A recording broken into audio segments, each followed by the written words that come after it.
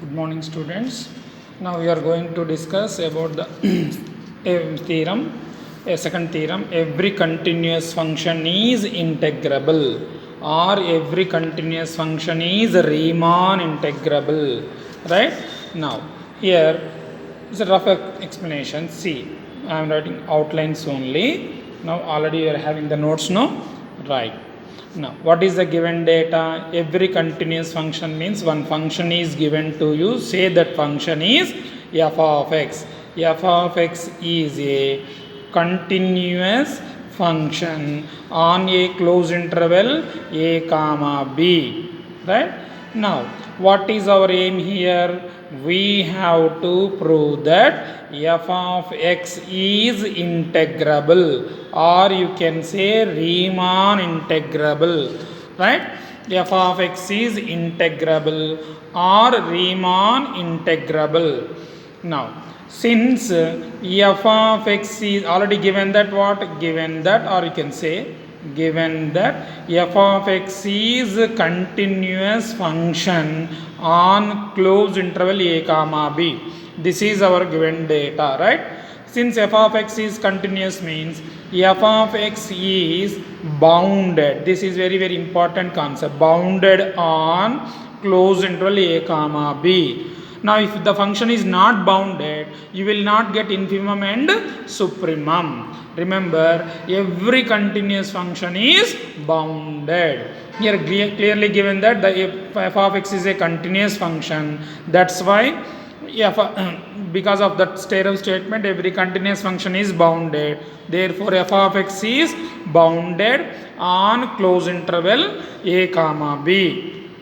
Now, since f of x is bounded, no? Right. Here we know that f of x is bounded on closed interval a comma b by one theorem, Borel's theorem concept. We will get in second unit, right? Just remember the concept, that's it. Now, if f of x is continuous and is bounded on interval a b, right? There exist two numbers. X comma y belongs to a comma b such that mod of f of x minus f of y less than epsilon for always mod of x minus y less than delta, where epsilon greater than 0, delta is also greater than 0. This is one statement. There exist two numbers in between a and b, including a and b, such that this condition is satisfied. Absolute value of f of x minus f of y. Suppose by mistake meeru f of y minus f of x anna both are same, right? Because it is in modulus, right? Now for their difference less than delta, right? Now here I am taking Riemann integration f of x is continuous on closed interval a b kada. If some interval is given to you, right, in entire integration part we have to write the partition, right? If it is అది మనకు అవసరమా లేకపోయినా రాసేసుకోవచ్చు, it's not a problem. What is partition? P is equal to A is equal to T0 less than T1 less than T2 less than so on less than Tn is equal to B. Now we are dividing this interval into n number of subinterval such that this condition is satisfied. That means the values goes on increasing in this interval, right? And what about that kth subinterval? Kth subinterval is equal to what you will, how you will get kth subinterval in general, that is closed interval tk minus 1 comma tk. If you want to find ith subinterval, how you will write? Ti minus 1 comma ti. This is ith subinterval, like that. Kth subinterval is t suffix k minus 1 comma tk. Now here we are taking length of the subinterval. Length of the subinterval means tk minus tk minus 1. This is the length of the subinterval. No, this length of the subinterval, maximum length, is always less than delta, such that k is equal to 1 comma 2 comma so on n. Why you are writing this one? That means for each and every subinterval you will get n number of subintervals, right? For each subinterval you will get the length of that particular subinterval. Length of the each subinterval is less than delta. That condition we are imposing, like x minus y belong less than delta. Now since what is given, f of x is bounded. Bounded means it is bounded on each and every subinterval. It is bounded on each and every subinterval. That means f of x has minimum value and maximum value. In other words, you can say f of x assumes minimum value and maximum value on each subinterval. Since f of x is bounded on the parent interval, you can say closed interval ab is the parent interval. No, therefore it is bounded on, since it is bounded on closed interval ab, it is bounded on each and every subinterval, right? That means it has infimum and also supremum. Now మనం definition Borel's ప్రకారం ఏమవుతుంది, for each sub interval there maximum value అంటే ఏమవుతుంది, m of f of tk minus 1 comma tk. What does it mean? Supremum. Supremum of f on kth subinterval అని అర్థం కదా this one. This means m of f of tk minus 1 comma tk means supremum of the function f on kth subinterval only, minus small m of f of tk minus 1 comma tk. What does it mean? This means that it is the infimum of f on kth subinterval. Right? Now we are saying that this absolute difference is less than by epsilon by b minus a for each k. For each k, this condition is satisfied. ఎందుకని? Because f of x assumes every value assumes minimum value and maximum value between each and every subinterval కాబట్టి the difference between their supremum and infimum is less than epsilon by b minus a ఉంటుంది. అంటే it is always a positive quantity.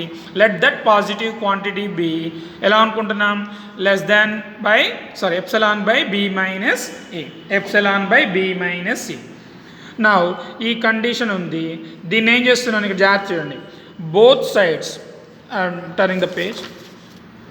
Now ఇక్కడ ఏం చేస్తున్నాను, both sides right for each k అన్నాం కదా, both sides I'm taking the summation, taking the summation for each k అన్నాం కాబట్టి, and also multiplying, this is called multiplying by tk minus 1.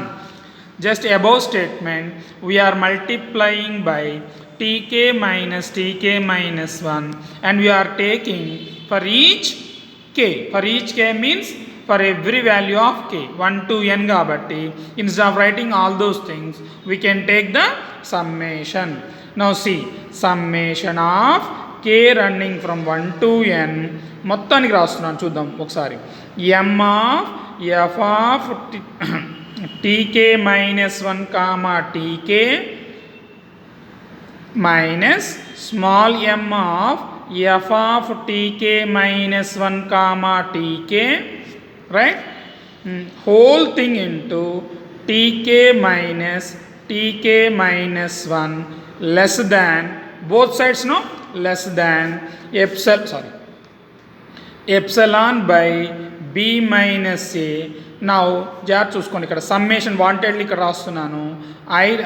k running from 1 to n into tk minus 1. See here, above statement ఇందాక ఈ statement రాసుకున్నాం కదా మనం, this is the important statement అనుకున్నాం కదా, right. ఈ ఇంపార్టెంట్ స్టేట్మెంట్లో we're taking the summation, right, for each k అన్నాను, right. For each k means this condition is satisfied, అంటే for each and every sub interval I have to repeat the same statement, right. For each and every k I have to repeat the same statement. Instead of repeating the same statement, I can take the summation. That's why now taking summation on both sides and multiplying it by t suffix k, tk minus 1. That is nothing but what? Length of the kth subinterval. Both sides we are multiplying it by length of the kth subinterval. Now we got this result, right. Now just మనం ఈ step skip చేసాం థీరంలో, right. అది ఎప్పుడైనా సరే direct రాస్తాం అనమాట, ప్రతి step ఇట్లా రాయము, ఎక్స్ప్లెనేషన్ చూడండి. నౌ ఇక్కడ అదే కదా, సమ్మేషన్ తీసుకున్నాము, this is the left hand part, we have taken the summation and left hand side we are multiplying by length of the subinterval less than as it is epsilon by b minus a into మన summation and length of the kth sub interval. ఇదే కదా మనం దీంతో both sides multiply చేసాం and summation తీసుకున్నాం both side. Now we are concentrating on left side only, right. Now this summation ఏం చేయొచ్చు మనం, we can take it inside, right. There are two terms kabatti we can take it inside the summation. Similarly this product we are multiplying inside a minus b into c and ac minus bc formula. First term into this one, second term into this one. See, only left hand side we are writing summation k running from 1 to n capital M of f of tk minus 1 comma tk into tk minus 1. This minus here we are taking the summation, we are taking inside. That means summation k running from 1 to n small m of tk minus 1 comma tk into this term tk minus 1 less than as it is, right. Now just we are taking multiplying this term inside and we are taking the summation inside, that's right. Now less than, I am rewriting the term summation k running from 1 to n epsilon by b minus a r into tk minus 1, because it is an independent on this summation, I mean k, therefore we can take it outside the summation or we can take it inside the summation, it won't affect this result. Now less than, I am simplifying this one, less than epsilon by b minus a. What about this summation? మనం already చేసాం. Now rough work లో చూద్దాం. If you remove the summation, what you will get? t1 minus t0 plus t2 minus t1 plus t3 minus t2 plus t4 minus t3 plus so on tn minus 1, right. ఈ terms అన్ని cancel అయిపోతే చూసుకోండి, first టర్మ్లోని first term and second టర్మ్లో next term, అలా ఈ terms అన్ని cancel అయిపోయి మీకేమొస్తాయి లాస్ట్లో tn minus t0. What is tn? b. t0 is a. This value is b minus a ఈ సమ్మేషన్లో right side only. Now this b minus a gets cancelled. On the right hand side we are getting epsilon only. Now see, you have to concentrate on this one, summation of k running from 1 to n tk minus 1. If you expand this term you will get length of the original interval. Original interval means parent interval, that is ab. That is length of the interval close interval ab is b minus a only.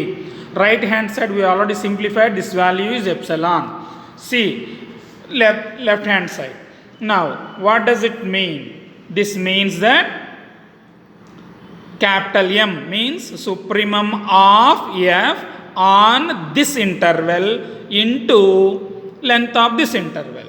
That means in general, we know that in general I am saying M1, capital M1 into delta 1, capital M2 into delta 2 plus 7 capital M into delta n. If you expand this one, if you use shortcut notation, this you will get.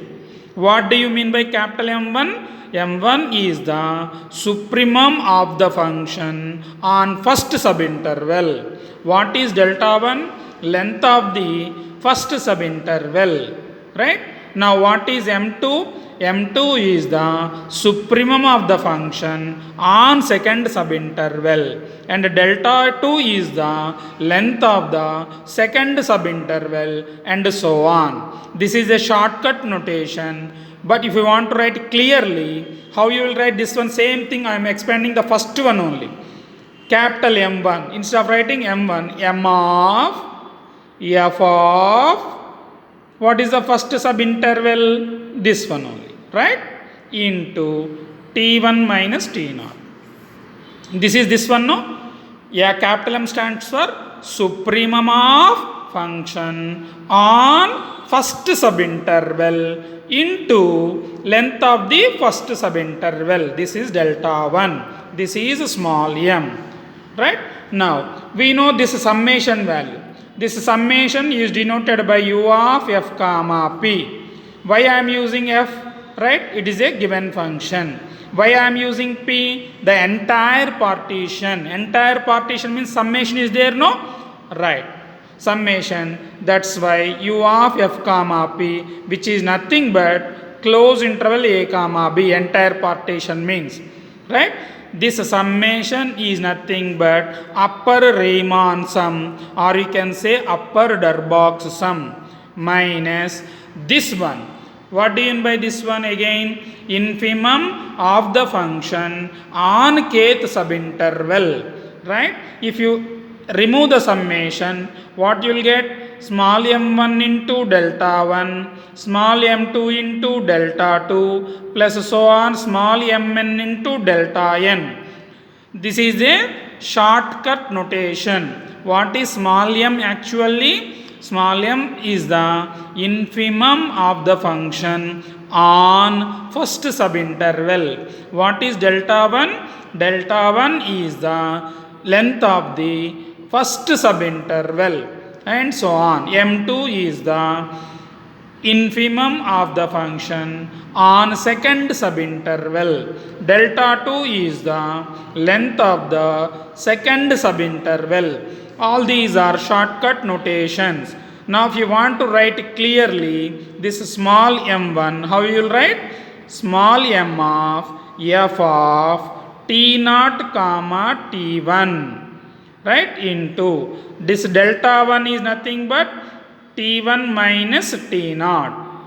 This stands for infimum of the function f on this interval, first subinterval, into length of the first subinterval is t1 minus t0. Similarly, we can write other terms.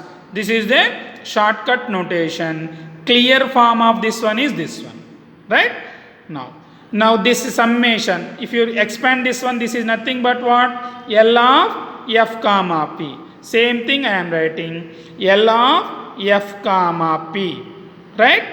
Now a less than symbol as it is. Now simplified form is epsilon. Now what you got exactly? U of f comma p minus L of f comma p less than epsilon. Now what do you mean by u of f comma p? Upper Riemann sum or upper Darboux sum of the function over the partition. Lower Darboux sum of the function over the partition, or lower Riemann sum. Right? Now which is less than epsilon. If this condition is satisfied, then we can say that, what is your conclusion? F is integrable. Right? We got this result. Based on this result, we can say that f is integrable. What is f actually? In the given data, f is a continuous function. Therefore, every continuous function is integrable on closed interval a comma b. Once again, you please go through theorem 1 and theorem 2. What is theorem 1?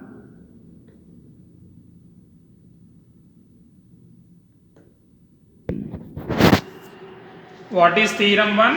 Every monotonic function is integrable. Second theorem is every continuous function is integrable. Please go through those theorems. If you have any doubt, please ping me on my number.